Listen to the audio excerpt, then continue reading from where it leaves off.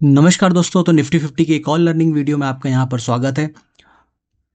तो दोस्तों पिछले 2 दिनों से मैंने कोई भी एनालिसिस शेयर नहीं किया था। लास्ट एनालिसिस मैंने 21 जनवरी को किया था, 22 जनवरी के लिए, कि 22 जनवरी को मार्केट किस तरीके से मूव करेगी। उसके बाद कुछ प्रॉब्लम्स आ गई जिसकी वजह से मैं वीडियो नहीं बना पाया। तो चलिए अब हम एनालिसिस करते हैं अपने निफ्टी 50 का और देखते हैं कि मंडे मॉर्निंग में हमको क्या करना है और निफ्टी में किस तरीके के मूवमेंट हो सकते हैं।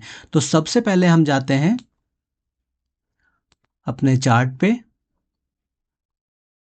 और ये हम ओपन करते हैं निफ्टी एनालिसिस।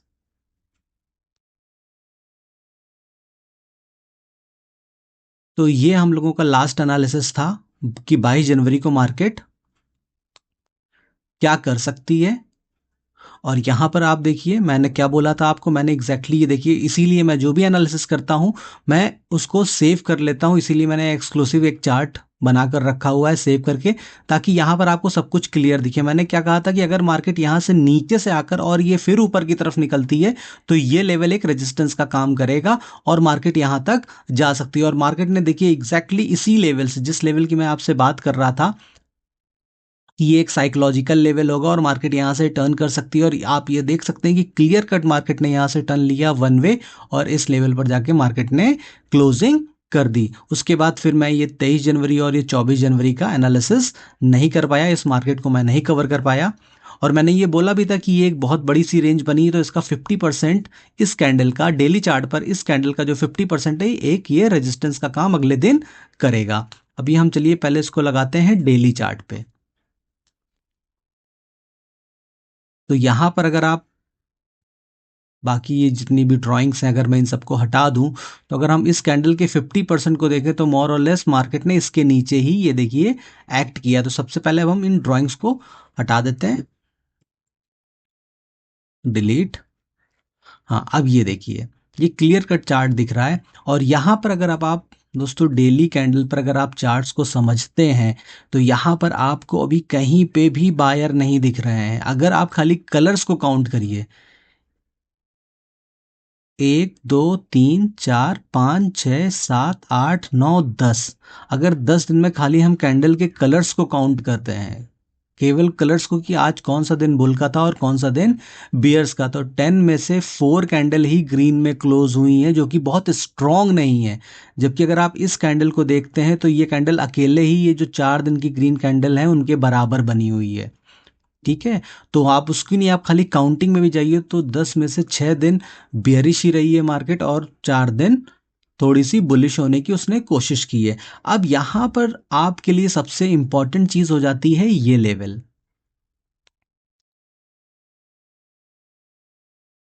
आई होप कि जो मैं ये एनालिसिस आप लोगों के साथ शेयर करता हूं इससे आपको काफ़ी सीखने को मिलेगा।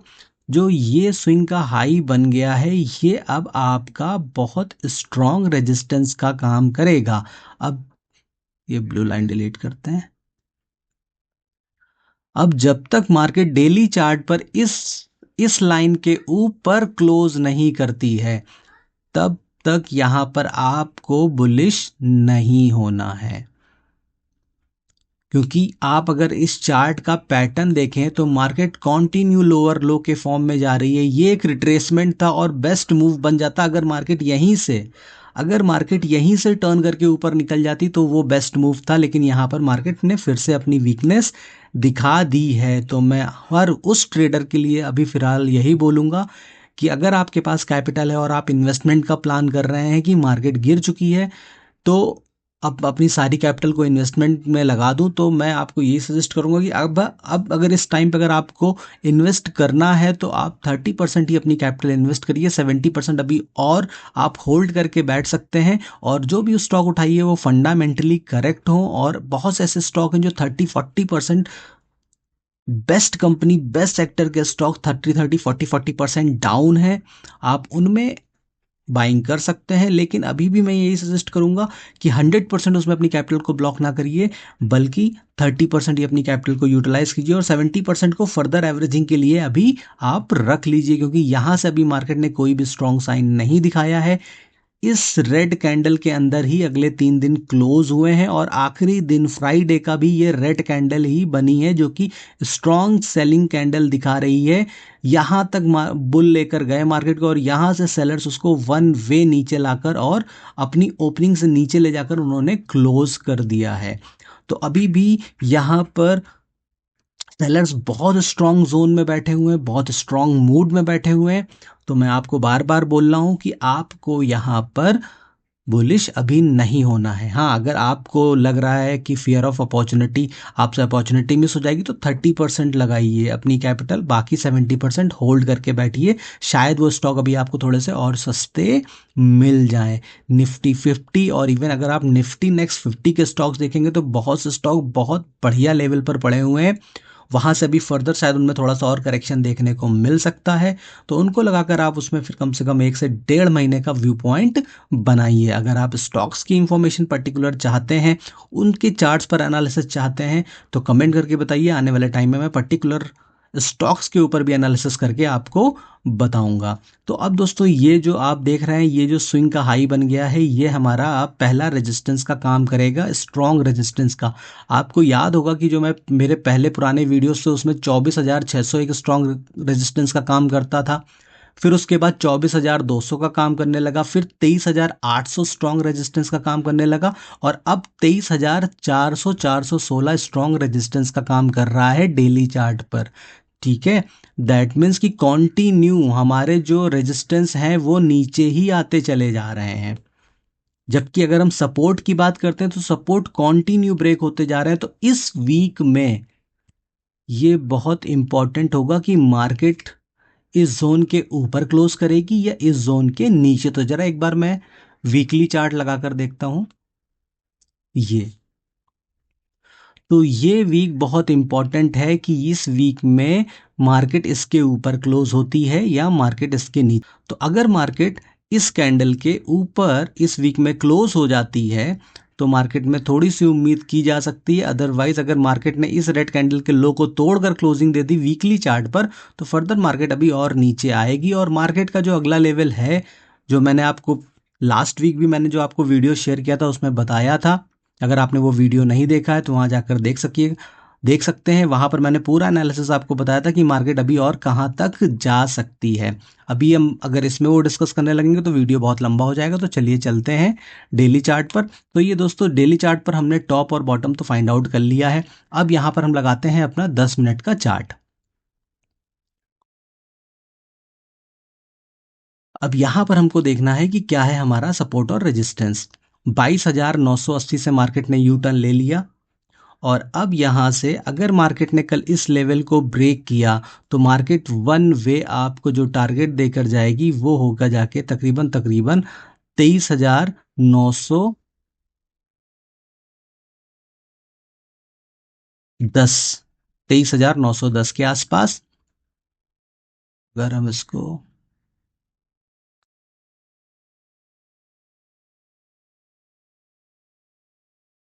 और इसके बाद अगर मार्केट ने निकाला तो तकरीबन तकरीबन जो आपको अगला टारगेट मिलेगा वो आपको मिलेगा जाके 830 के आसपास।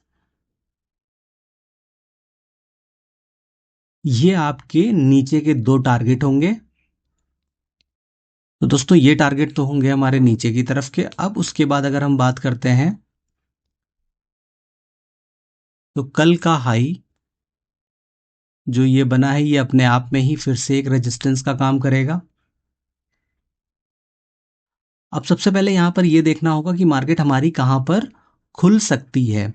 अगर मार्केट जैसे कि यहाँ पर आप देख सकते हैं कि मार्केट एट पार खुली और उसके बाद पहले मार्केट नीचे गई।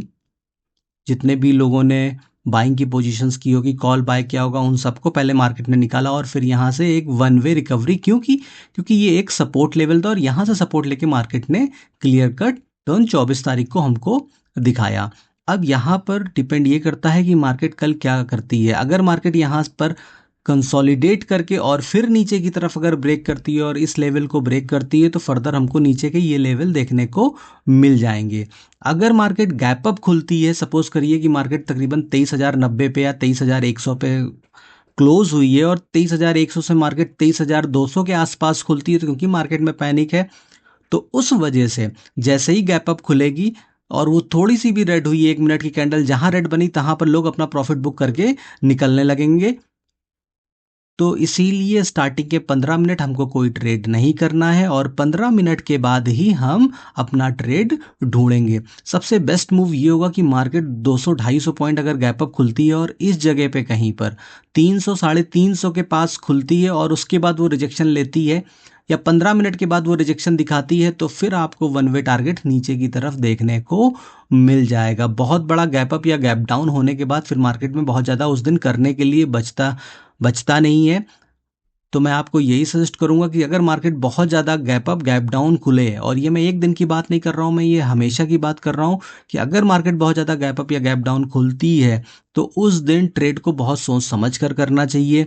पहले चार्ट को आधा एक घंटा देना चाहिए, एक अच्छे से तरीके से बन जाए, वो किसी सपोर्ट या रेजिस्टेंस पे प्रॉपर पहुंच जाए और स्पेशली वो स्ट्रॉन्ग सपोर्ट या रेजिस्टेंस का जोन हो, तब वहां पर अपने डायरेक्शन का ट्रेड लेना चाहिए, क्योंकि उस जगह पे आपके फेवर में ट्रेड जाने के चांस ज़्यादा होंगे और आपका रिस्क बहुत कम होगा।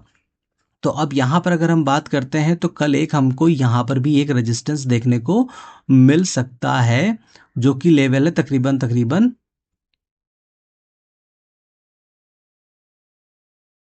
23,230 का। अगर मार्केट यहाँ कहीं पर खुलकर और यहाँ पर वीकनेस दिखाती है तो फिर ये मार्केट नीचे की तरफ आने को तैयार होगी। तो यहाँ पर हमको मल्टीपल रेजिस्टेंस देखने को मिल सकते हैं। बाकी 23,400 425 तो ये एक स्ट्रॉन्ग रेजिस्टेंस है, क्योंकि पीछे से आप देखिए मार्केट कहीं पर भी इसके ऊपर निकाल नहीं पा रही है। 13 जनवरी से मार्केट इसके ऊपर नहीं निकाल पा रही है और इसके आसपास आकर बार बार मार्केट फेल हो रही है। तो ये हमारा स्ट्रॉन्ग रेजिस्टेंस का काम करेगा। अगर मार्केट यहाँ से 23,400 के ऊपर, जो कि एक्सेप्टेबल ही नहीं है, अगर मान लीजिए कि इतना गैप अप खुल जाती है, तो फिर मैं तो यही सजेस्ट करूंगा कि उस दिन आप ट्रेड ही ना करो, क्योंकि यहाँ पर आपके अर्न करने के चांस बहुत कम होंगे लेकिन आपके लूज करने के चांस बहुत ज़्यादा बढ़ जाएंगे। फिर भी अगर आपको करना है तो फिर उसके बाद मार्केट आपको अगला टारगेट जो दिखा सकती है वो है 23,600 के आसपास का, लेकिन उससे पहले वो एक रेजिस्टेंस आपको यहाँ पर भी दिखा सकती है 23,520 से लेके 23,530 का, क्योंकि इतने गैप अप के बाद बहुत ज़्यादा मार्केट में कुछ करने के लिए नहीं बचेगा। तो मार्केट अगर एक्स्ट्रा ऑर्डिनरी गैप अप या गैप डाउन खुल जाती है तो उसके साइडवेज होने के चांस काफ़ी ज़्यादा बढ़ जाते हैं। ठीक है, तो दोस्तों ये है मेरा एनालिसिस। सबसे बढ़िया मूव आपका यही मिलेगा कि मार्केट अगर यहाँ से यहाँ कहीं पर, सबसे बढ़िया मूव आपको ये मिलेगा कि मार्केट ये क्लोजिंग पर है और मार्केट यहाँ कहीं पर खुलती है और खुलने के बाद पहले ये ऊपर जाती है और इस जगह से रिजेक्शन दिखाकर और फिर ये नीचे की तरफ आती है और अपने लो को ब्रेक करती है, जो भी मॉर्निंग में इसने लो बनाया है। तो पहला क्लियर कट टारगेट आपको ये मिलेगा। मैं बार बार आपको हमेशा यही बोलता हूँ दोस्तों कि मार्केट के डेली चार्ट पर मार्केट की टेंडेंसी को समझिए कि मार्केट करना क्या चाह रही है और उस डायरेक्शन के ट्रेड निकालने की कोशिश करिए। तो पहला ट्रेड आपका यहाँ पे बनेगा सॉलिड। अगर आप बहुत क्लियर ट्रेड करना चाहते हैं तो दूसरा ट्रेड आपका फिर यहाँ पर बनेगा सॉलिड। और फिर अगर मार्केट ने यहाँ पर 3-4 कैंडल बनाकर, हो सकता है कि उसी फ्लो में ब्रेक कर दे। अदरवाइज अगर उसने 1-2 कैंडल बनाई और उसके बाद फिर रिट्रेसमेंट के बाद फिर नीचे को ब्रेक किया, तो ये आपका तीसरा पुट का ट्रेड सॉलिड बनेगा, जो कि मार्केट को 23,910 920 तक, 23,910 23,920 तक लेकर आएगा और उसके बाद आपको इस लेवल तक भी मार्केट आते हुए दिख सकती है। तो उम्मीद करता हूं दोस्तों कि आपको मेरा वीडियो अच्छा लगा होगा। तो आप में से जो भी पहली बार मेरा चैनल देख रहा है तो प्लीज़ रेड कलर वाले सब्सक्राइब बटन को क्लिक करें और मेरे वीडियोस का अपडेट पाने के लिए बेल वाले बटन को क्लिक करना बिल्कुल मत भूलें। कमेंट करके जरूर बताइए कि इस वीडियो में आपको सबसे अच्छी चीज़ क्या लगी, आप किस टॉपिक पर और वीडियोस देखना चाहते हैं, ये कमेंट करके मुझको जरूर बताएं। तो फिर मिलूंगा आपको नए वीडियो में नई जानकारी के साथ। तब तक के लिए नमस्कार।